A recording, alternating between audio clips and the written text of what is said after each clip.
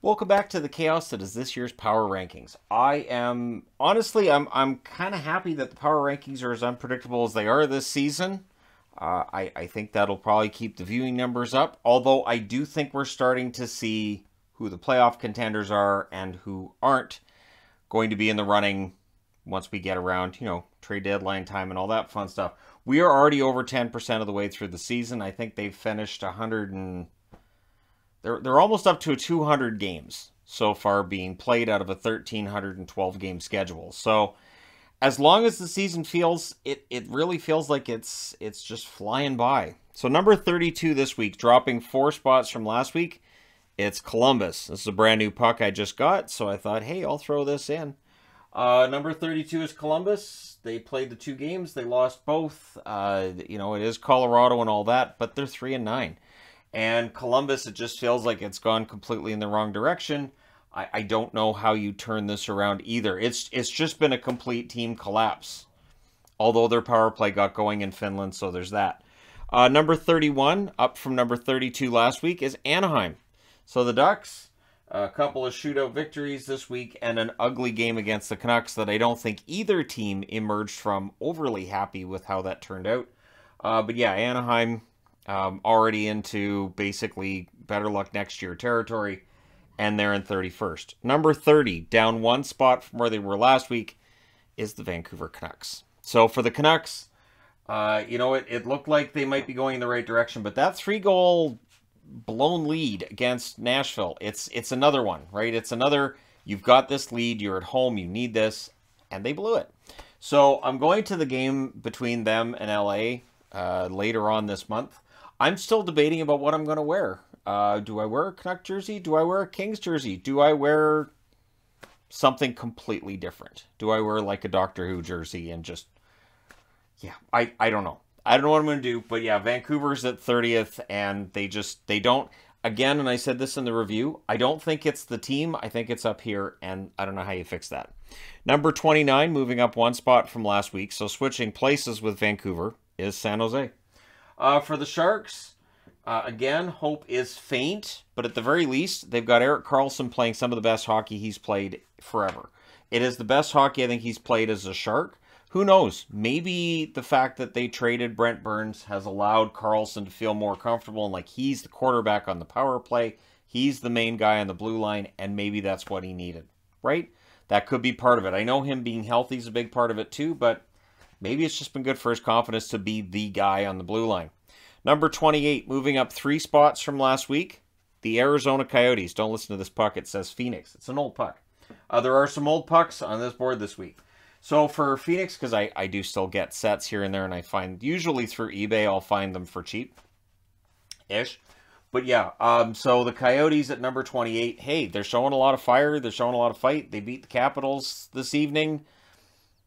I mean, really, with Arizona, this is what you wanted, right? You wanted to win a game here and there, be competitive, but in general, they're still not a playoff team, and they're going to be a lottery team once we get to April. Number 27, dropping into the bottom row. Is this for the first time this season? Yes, it is. And for Montreal, the fight's there for them too. They don't have the talent to hang with a team like Vegas. But still, Caulfield and Suzuki go out there, they put up points, and that's really, as I've been saying the whole season, that's the key. Suzuki, Caulfield put up points, a lot of young guys get good experience, and they figure things out at the NHL level, and yes, they're going to lose games, they're probably going to end up out of the playoffs, but it really is about development of the young players, which right now it looks like Marty St. Louis is very good at. Number 26, moving up 1 spot from last week, is Nashville. Nashville would have moved up more. But again, they're dealing in a situation right now where they are still 1 game below NHL 500. 1 really good game, 1 brutal game, and then against Vancouver, it started out brutal, ended up being pretty good for them at the end. So, and since Vancouver's in 30th, I'm going to leave Nashville in 26th, but Nashville might be pulling themselves out of the doldrums at this point, which is good for Nashville. They were expected to be a playoff team. Hope's not gone yet, obviously, but they need to keep winning. Number 25, dropping into the bottom row. This has to be the first time this has ever happened, where the Washington Capitals, and I know they're decimated by injuries, I'm well aware, If you watch the Washington announcers, they will tell you about once every period about the injuries they're dealing with, and I get it. I'm not saying they're being melodramatic. It's true. Washington has a ton of injury problems, and the tricky part becomes when, as a fan, you say, well, when they get healthy, they'll get better. There's no guarantee that good health's going to turn on. Look at Vegas last year. It was one after another after another, and it feels like with Washington, that's what's happening too. So for them, they're in the bottom row. We'll see how long they're there. Number 24, getting out of the bottom row this week. They're the only team that moves out of the bottom row, and that's Minnesota. The loss against Seattle, not fantastic, but I mean, to that, I looked at that and said, you know, Seattle, that defense is pretty good right now. The goaltending's pretty good too. So for Minnesota, I didn't penalize them too much. As you can see, they jumped out of the bottom row, but they didn't jump that much. So they're 5-5-1 currently. I believe that's the record currently. And so Minnesota ends up 24th on the board this week. Number 23, dropping 7 spots from last week. Yeah, 7. Ottawa. Some big moves this week. This is the first of the big moves. Is Ottawa down to 23rd. Rough week for them. They've lost 5 in a row.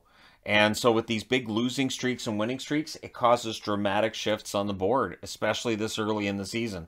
These losing streaks later on in the season, winning streaks later on in the season won't cause such dramatic movement.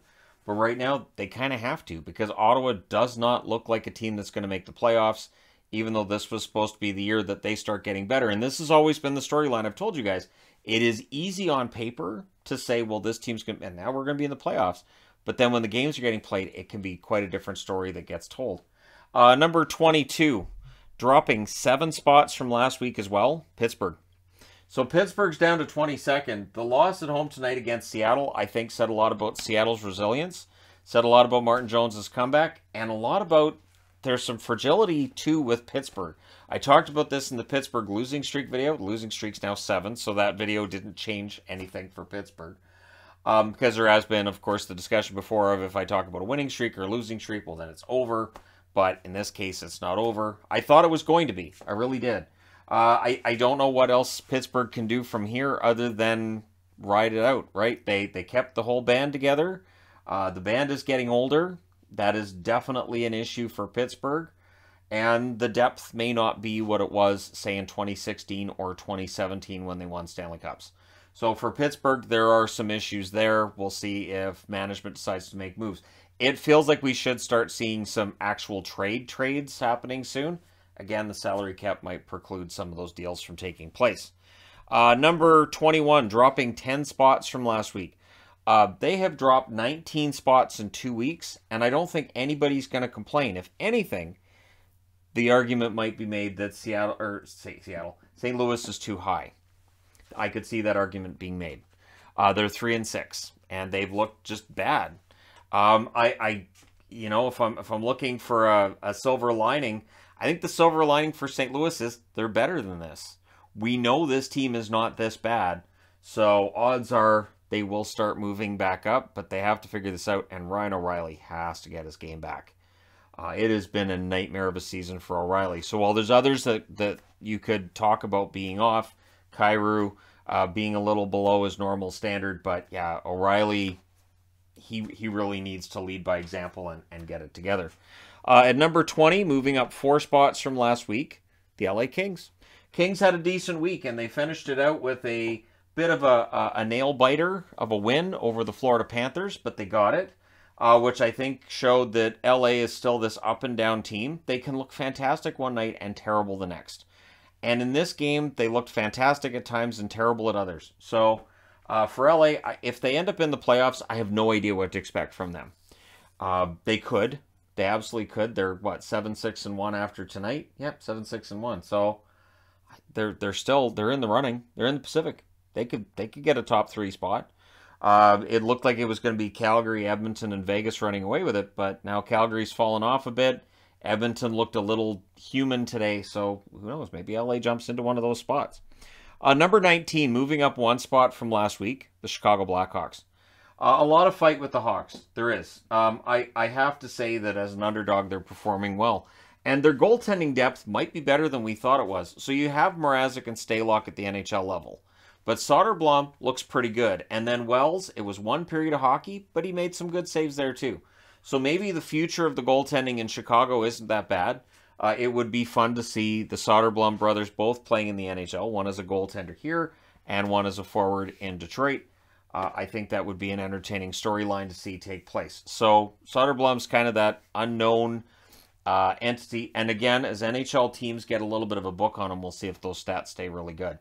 Number 18, moving up 7 spots from last week. And I think this is the highest Seattle's ever been. And again, the argument might be made of, well, Seattle belongs higher than that. I don't want to end up putting Seattle into a position in this area and then end up having to drop them next week. We should be getting into a part of the year where the moves up and down aren't quite as dramatic, although there's only 2 teams that stayed in the same spot this week. So for Seattle, they're playing really well. The defense has absolutely gotten a lot better. That was what did them in last year, was the defense and the goaltending. Now the goaltending numbers have gotten a lot better. The defense looks a lot smarter, and that's the thing. I think their defense, believing in the goaltenders behind them, gives them a little bit more of a calm demeanor, and they're smarter in their plays. And honestly, things are going quite well for Seattle. We'll see if they can keep this up. I would love to see Seattle make the playoffs in their second year, even if that was at the expense of a team I cheer for in Vancouver, who are nowhere near the playoffs. So it's fine. Number 17, moving up 4 spots from last week, is Detroit. Detroit is an up-and-down team as well. They had a very good game today against the New York Islanders. That was impressive. But they've had some alarming results as well on the other side of things. So Detroit is also young. These teams are going to make these kinds of mistakes.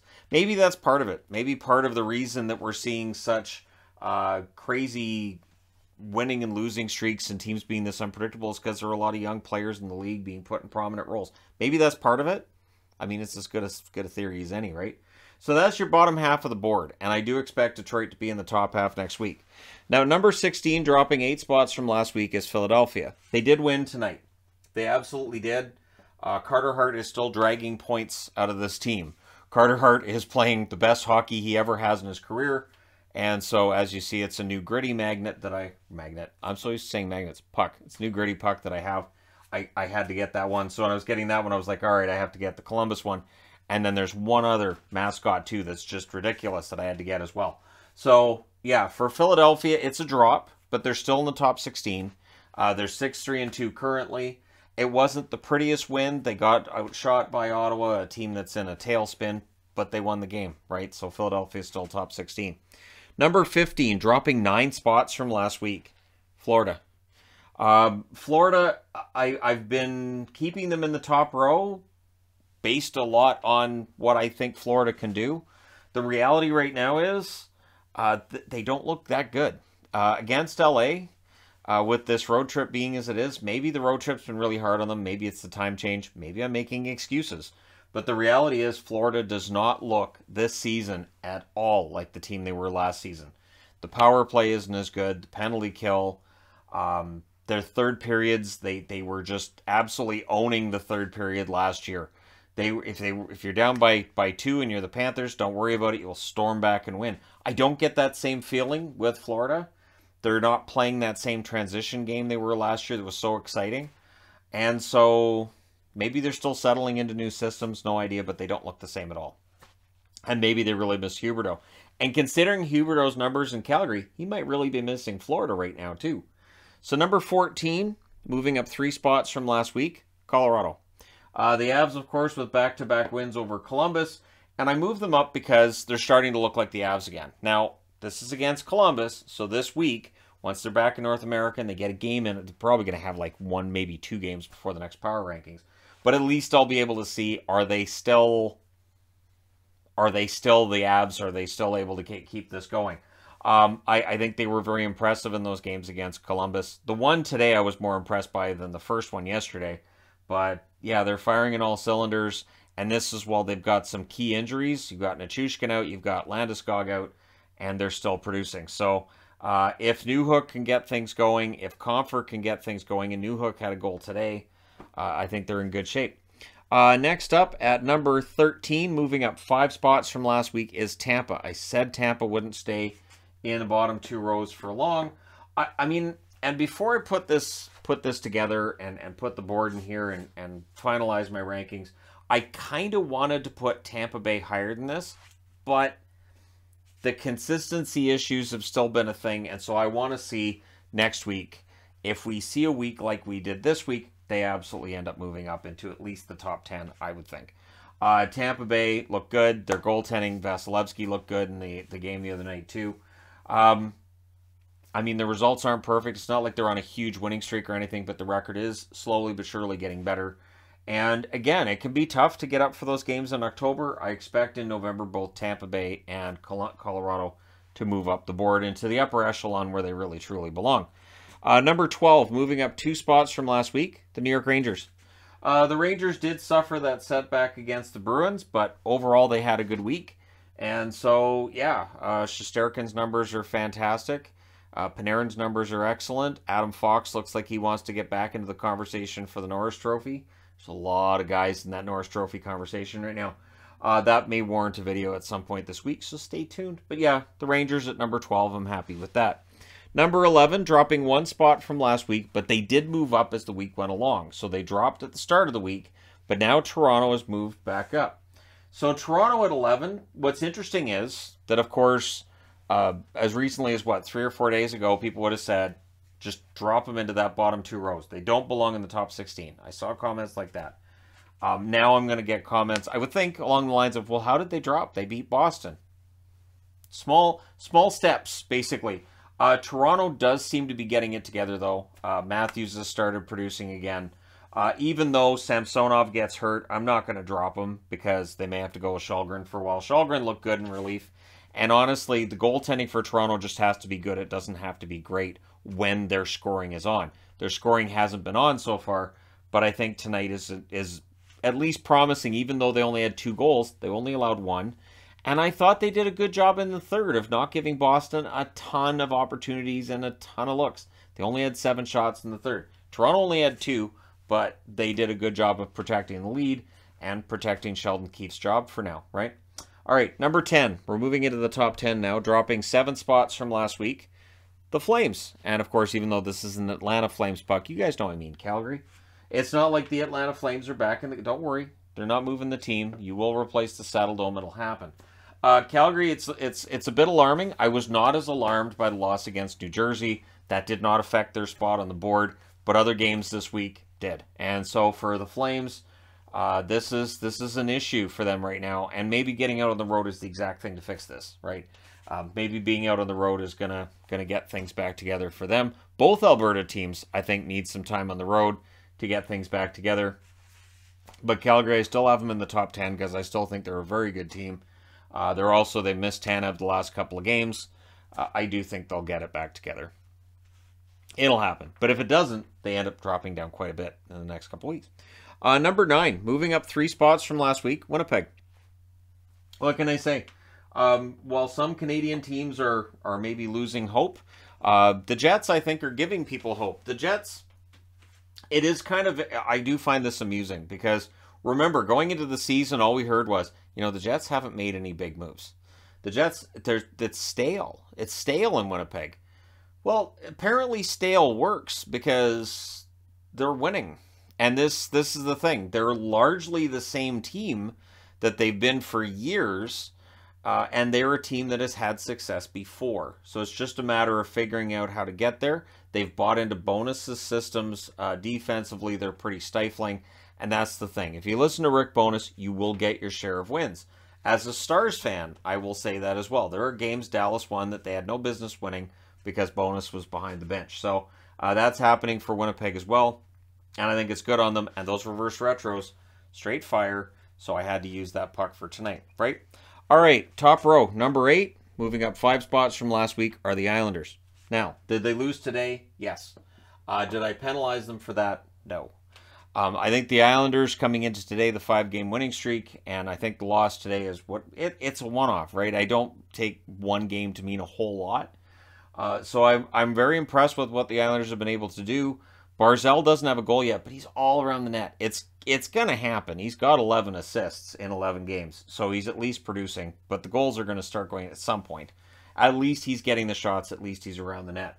But the Islanders, they look at very least like a playoff team right now. Number 7, moving up 2 spots from last week, Buffalo. Hey, You lose to Carolina and Tampa Bay on back-to-back nights. I don't penalize the team on that. Now, if coming off of these 2 games, Buffalo doesn't turn things around, that's when I look at dropping them down, right? Again, I feel like the board's starting to kind of write itself out. There's not as many hugely dramatic shifts this week as there was last week. There are still a couple. But yeah, for the Sabres, I still see them as a playoff team. They're fast, they're skilled. And in both the games against Carolina and Tampa, there were portions of those games where it looked like they could win the game. The first 10 minutes against Carolina, they were very good. And for large stretches against Tampa, they were right there. So I don't want to overreact and drop them way down and then have to put them back into the top row next week. Number 6, dropping 1 spot from where they were last week, the Oilers. The Edmonton Oilers, it has been basically pretty good since the slow start.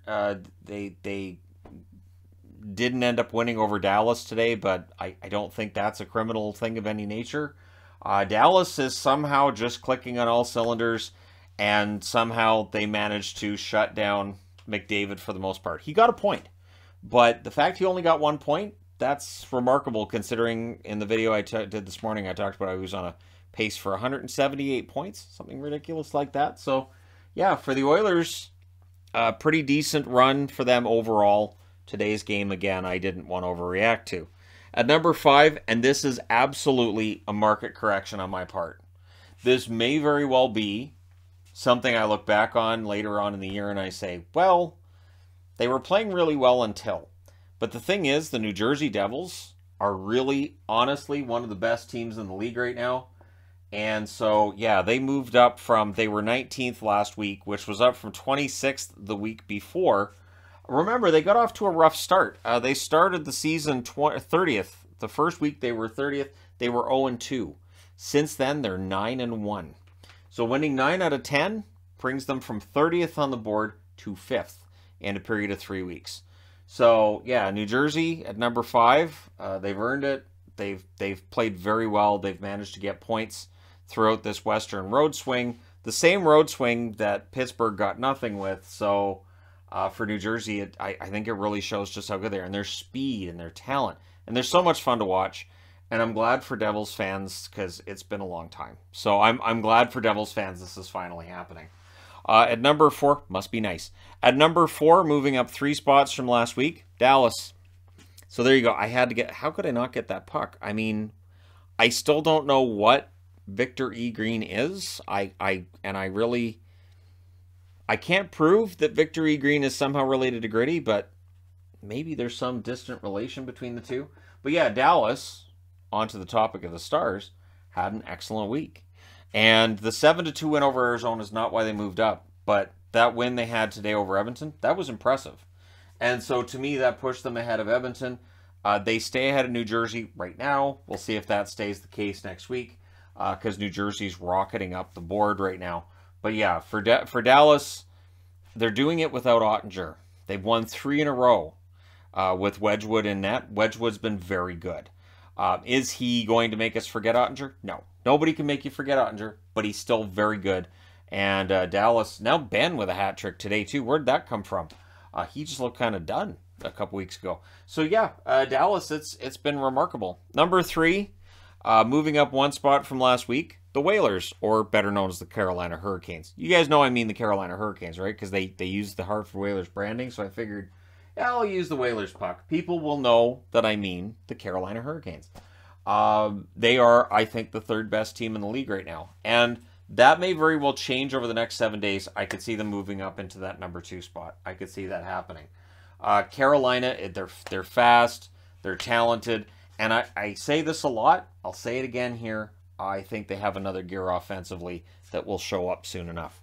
So yeah, Carolina / Hartford, and again, I just think it's fun. And I also got these pucks, and I thought, well, I'll be able to use Hartford when they do the throwback. Yeah, they're not doing the Hartford throwback this year. But anyways, there's the puck on the board, and let's move on to number 2. Same spot as last week, Boston. The Boston Bruins, they suffer their 2nd setback tonight against Toronto. I did not at any point have Boston first on the board. They stayed in 2nd all week. And they are the team that I think might be vulnerable to falling below Carolina because Carolina's playing really, really well too. So to me, we do have a hierarchy that's starting to show up in the NHL, and I'm going to say it goes to here. I'm going to include New Jersey in that right now. That these 5 teams all look really quite good. For Boston at 10-2, it's remarkable. Again, doing it without Charlie McAvoy, I didn't think it was possible. I'm very pleasantly surprised. Which means at number 1, second week in a row, Vegas. So the Vegas Golden Knights, they started the season at 11th on the board. Vegas fans were mad, and I was picking on them. I have a feeling Vegas fans aren't angry anymore and will be quite happy to see them remaining at number 1 for a second straight week. Not every win is of the beautiful variety either, but they're winning. They're 11-2. So they now have a better points percentage than Boston, who I had them ahead of last week, even though Boston had the better points percentage. And so, yeah, because I don't think points percentage. And again, as the power rankings go along, the standings mean less about who stands where on the board. It's about who's playing well right now. And sometimes teams in a playoff spot aren't playing that well. That being said, there's your board for tonight. Let me know your thoughts in the comment section below as always. Don't forget to hit like and subscribe if you're browsing your way through, you just happened upon this video. Thank you guys so much for watching. I don't have to tell anybody to make sure you turn your clocks back because it's not 1985 anymore. Everything's digital. Everything's digital. Other than your microwaves and that kind of thing. So make sure you change those clocks because that's aggravating. But anyways, there you go. Let me know your thoughts. Hit like and subscribe if you're browsing your way through, you just happened upon this video. Thank you guys so much for watching, for all your support. I will talk to you again soon.